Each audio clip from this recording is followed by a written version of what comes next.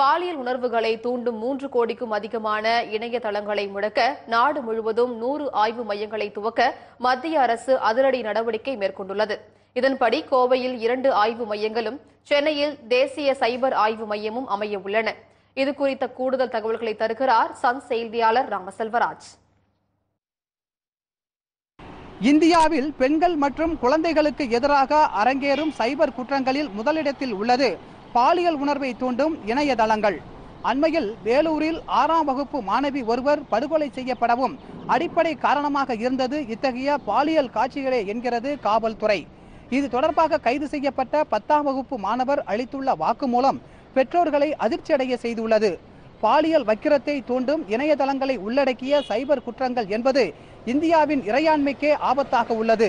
தற்போது நடைமுறையில் உள்ள சட்டங்களை மாற்றி அமைப்பதின் மூலமே இவற்றினை கட்டுப்படுத்த முடியும் என்கிறார் ஓய்வு பெற்ற உச்சநீதிமன்ற நீதிபதி திரு மோகன்.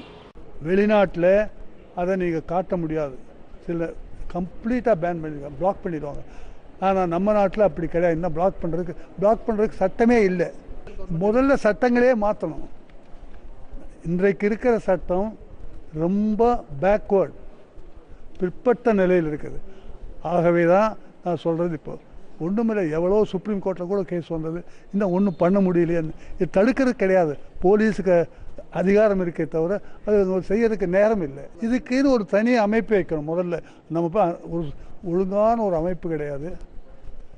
அந்த அமைப்பில் நல்ல எக்ஸ்பர்ட்ஸ் முக்கியமாக இருக்கணும். செல்போன், கம்ப்யூட்டர், லேப்டாப் போன்ற தகவல் தொழில்நுட்ப சாதனங்கள் எந்த அளவுக்கு பயனுள்ளதாக உள்ளதோ அதே அளவிற்கு தீமைகளையும் கொண்டுள்ளது. எனவே இவற்றினை கையாளும் முறைகள் குறித்து முதலில் பெற்றோர்களுக்கும் ஆசிரியர்களுக்கும் விழிப்புணர்வு ஏற்படுத்த வேண்டும் என்கின்றனர் சமூக ஆர்வலர்கள். இதன் பின்னணியில் மறைந்து கிடக்கும் தீமைகளை பிள்ளைகளுக்கு எடுத்துக் கூறுவதன் மூலமே அதன் பிடியில் சிக்காமல் காக்க முடியும் என்பதும் அவர்களுடைய கருத்தாக உள்ளது. ஒரு அம்மாவா நான் இதை எப்படி பார்க்குறேன்னா, டிசிப்ளின்ங்கிறது ரொம்ப முக்கியம். அது மாதிரி குழந்தைகளுக்கு சூப்பர்விஷன், அவங்க ஒரு ஏஜ் வரைக்கும் பேரண்ட்ஸோடும் டீச்சர்ஸோடும் சூப்பர்விஷன் ரொம்ப முக்கியம். ஸோ பசங்களை நம்ம இதை அட்ரஸ் பண்ணுறதை விட பேரண்ட்ஸையும் டீச்சர்ஸையும் அவங்களுக்கு அவேர்னஸ் கொடுக்கணும்னு நான் நினைக்கிறேன். பசங்களுக்கு நல்லது கெட்டது எடுத்து சொல்லி கொடுத்து அவங்களோட குவெஸ்டின்ஸை நம்ம ஆன்சர் பண்ணி அவங்கள கன்வின்ஸ் பண்ணி அந்த கோட்டுக்குள்ள இதை இப்படி தான் நீங்கள் டிஸ்கிரீட்டாக யூஸ் பண்ணணும்னு சொல்லி கொடுக்கறதுக்கு பேரண்ட்ஸ்க்கும் டீச்சர்ஸ்க்கும் அவேர்னஸும் எஜுகேஷனும் நாலேஜும் டைமும் பேஷன்ஸும் வேணும்.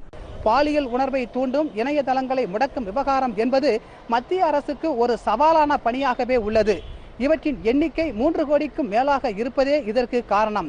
எனவே இது தொடர்பான குற்றங்களை தடுக்க நாடு முழுவதும் 100 ஆய்வு மையங்களை துவங்க உத்தேசித்து உள்ளது மத்திய அரசு.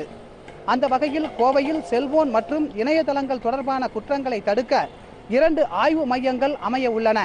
அதேபோன்று சென்னையில் தேசிய சைபர் பாதுகாப்பு ஆய்வு மையம் ஏற்படுத்தும் நடவடிக்கையும் தீவிரமடைந்திருக்கிறது. All over India 100 research centers plan பண்ணிருக்கோங்க. Each research center will be dedicated to each topic.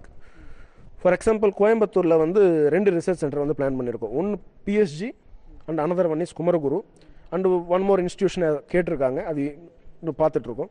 அந்த 2 இதுவுமே பார்த்தீங்கன்னா ஒன்று மொபைல் செக்யூரிட்டிக்காகவும் ஒன்று வெப் அப்ளிகேஷன் செக்யூரிட்டிக்காக பண்ணுறோம்.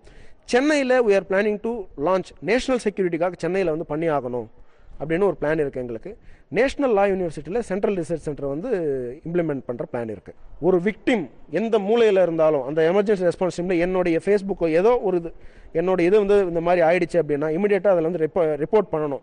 இது யூஎஸில் இருக்குது, அலர்ட் அப்படின்னு சொல்லி வச்சுருக்கிறாங்க. ஆனால் இந்தியாவில் பாருங்கள் எத்தனை இருக்குது. ஃபேஸ்புக், ட்விட்டர், ஆர்குட், பின்ட்ரஸ்ட், யாருக்குமே கூகுள் ப்ளஸ், யாஹூ எத்தனை இருக்குது. நீங்கள் இங்கே இன்டர்நெட் ஆர்கனைசேஷன் ஒருத்தர் கூட நம்மளை மதிக்கிறது இல்லை.